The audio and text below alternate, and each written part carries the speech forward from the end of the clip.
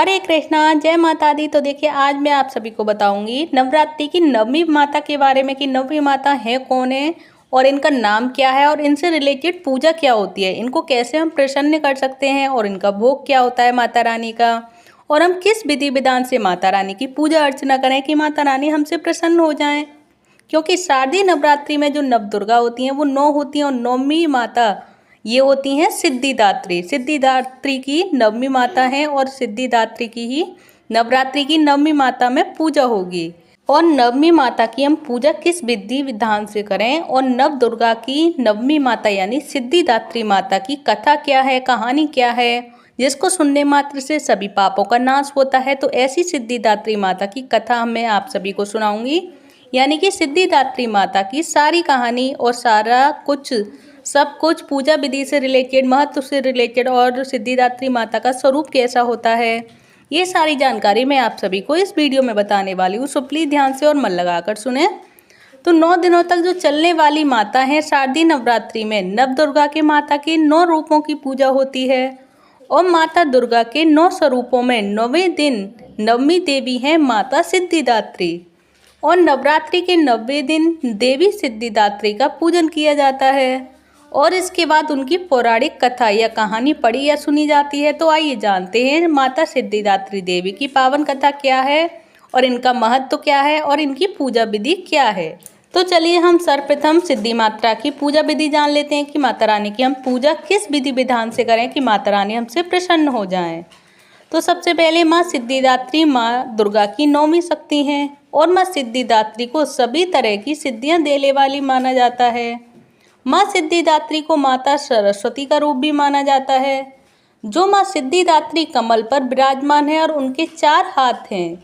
माँ सिद्धिदात्री के हाथों में गदा, शंख, कमल का फूल और चक्र है।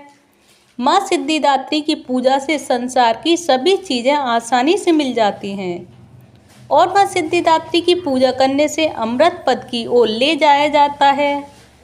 और माँ सिद्धिदात्री की पूजा करने का तरीका क्या है, हम किस तरीके से पूजा करनी चाहिए ये भी सुनिए।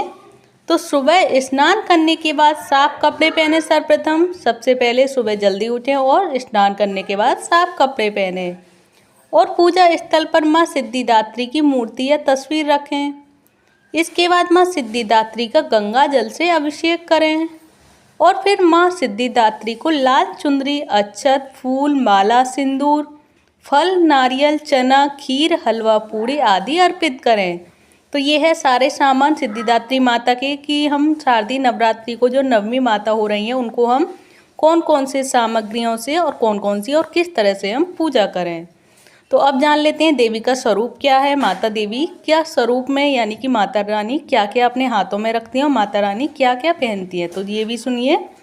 तो माँ दुर्गा की जो नवी शक्ति का नाम सिद्धिदात्री है, ये सभी प्रकार की सिद्धियों को देने वाली है। और माँ सिद्धिदात्री 4 भुजाओं वाली हैं और इनका वाहन सिंह है। ये कमल पुष्प पर भी आसीन होती हैं और इनकी दाहिनी तरफ की नीचे वाली हाथ में कमल पुष्प है और इन्हें कमला रानी भी कहते हैं। माँ सिद्धिदात्री भक्तों और साधकों को ये सभी सिद्धियाँ प्रदान करने में समर्थ हैं। जो देवी देवताओं के पुराण के अनुसार भगवान शिव ने इनकी कृपा से ही इन सिद्धियों को प्राप्त किया था और इनकी अनुकंपा से ही भगवान शिव का आधा शरीर देवी का हुआ था और इसी कारण वे लोक में अर्धनारीश्वर के नाम से प्रसिद्ध हुए। तो चलिए अब जान लेते हैं नवरात्रि की नवमी माता यानी कि माँ सिद्धिदात्री की कथा के बारे में कि सिद्धिदात्री माता की कथा क्या है और माँ सिद्धिदात्री कैसे पैदा हुई और उनका अवतरण पृथ्वी पर कैसे हुआ और किसके लिए हुआ था। तो मैं 2 कथा बताऊंगी, दोनों कथाएं आप पूरी ध्यान से सुने। और इस सिद्धिदात्री माता की कथा सुनने मात्र से ही हमारे सारे पापों का नाश होता है। तो इस कथा को अवश्य सुने। माँ सिद्धिदात्री की यानी कि नवरात्रि की नवमी माता सिद्धिदात्री की कथा। जो पहली कथा है वो है पौराणिक कथाओं और मान्यताओं के अनुसार एक बार पूरे ब्रह्मांड में अंधकार छा गया था। उस अंधकार में एक छोटी सी किरण प्रकट हुई। धीरे धीरे यह किरण बड़ी होती गई और फिर इसने एक दिव्य नारी का रूप धारण कर लिया और माँ सिद्धिदात्री ने प्रकट होकर त्रिदेव अर्थात ब्रह्मा, विष्णु और महेश को जन्म दिया। इन्हीं देवी माँ की शिव जी ने आराधना की और देवी ने उन्हें सिद्धियां प्रदान की। इसी कारण देवी भी माँ भगवती का 9वां स्वरूप यानी सिद्धिदात्री कहलाई। और सिद्धिदात्री ही देवी की कृपा से ही शिव जी का आधा शरीर देवी का हुआ और शिव जी को अर्धनारीश्वर के नाम से जाना जाता है। तो ये रही नवमी माता की यानी सिद्धिदात्री माता की पहली कथा, जो कि नवरात्रि में सुनना जरूरी होता है और नवरात्रि की नवमी माता है ये। और नवरात्रि की ये नवमी माता की सिद्धिदात्री की कथा हम सबको अवश्य सुननी चाहिए नवमी के दिन। तो चलिए अब जान लेते हैं दूसरी कथा के बारे में कि राम नवमी की कथा भी जो बोली जाती है और माता रानी की सिद्धिदात्री की दूसरी कथा है क्या।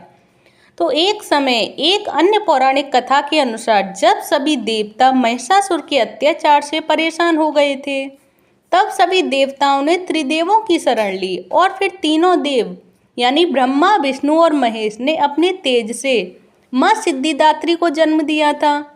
इसके बाद सभी देवताओं ने इन्हें अपने शस्त्र प्रदान किए और माता ने महिषासुर से युद्ध कर कर उसका अंत किया। तो ये है नवरात्रि की नवमी माता की कथा और सिद्धिदात्री का पैदा होने का कि अवतरण सिद्धिदात्री का कैसे हुआ यानी त्रिदेवों के अंश से हुआ।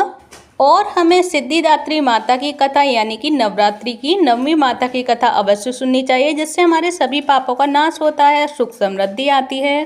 तो देखिए ये रही सिद्धिदात्री माता की पाप मुक्ति कथा कि हमें पाप मुक्त हो जाते हैं इस कथा को सुनने मात्र से। तो प्लीज़ इस कथा को अवश्य सुने। और आप सभी को नवरात्रि की नवमी माता यानी सिद्धिदात्री माता की ये कथा कैसी लगी प्लीज़ मुझे कमेंट बॉक्स में बताइएगा। अगर अच्छी लगी हो तो प्लीज़ वीडियो को लाइक कर दें, चैनल को सब्सक्राइब करें। हरे कृष्णा, हरि बोल, जय माता दी। अब जानेंगे माता रानी के नवे रूप के बारे में कि नवा रूप माता रानी का कौन सा है और उन माता रानी के नवे रूप को कौन सा भोग प्रसादी हमें अर्पित करनी चाहिए। तो नवरात्रि के नवे दिन देवी सिद्धिदात्री की पूजा की जाती है, जो सृष्टि के आरंभ में भगवान रुद्र ने सृष्टि निर्माण के लिए आदि पराशक्ति की पूजा की थी। यह माना जाता है कि देवी आदि पराशक्ति का कोई रूप नहीं था और वह निराकार थी।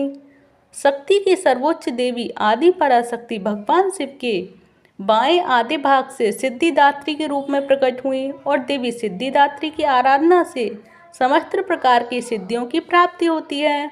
और नवरात्रि में देवी सिद्धिदात्री को तिल या तिल से बने पदार्थों का प्रसाद अर्पित करना चाहिए। तो माँ नवी माता को जानिए कि सिद्धिदात्री माता को तिल का प्रसाद का भोग अर्पित करना चाहिए या फिर तिल से बनी कुछ खास चीज़ों का ही प्रयोग करना चाहिए।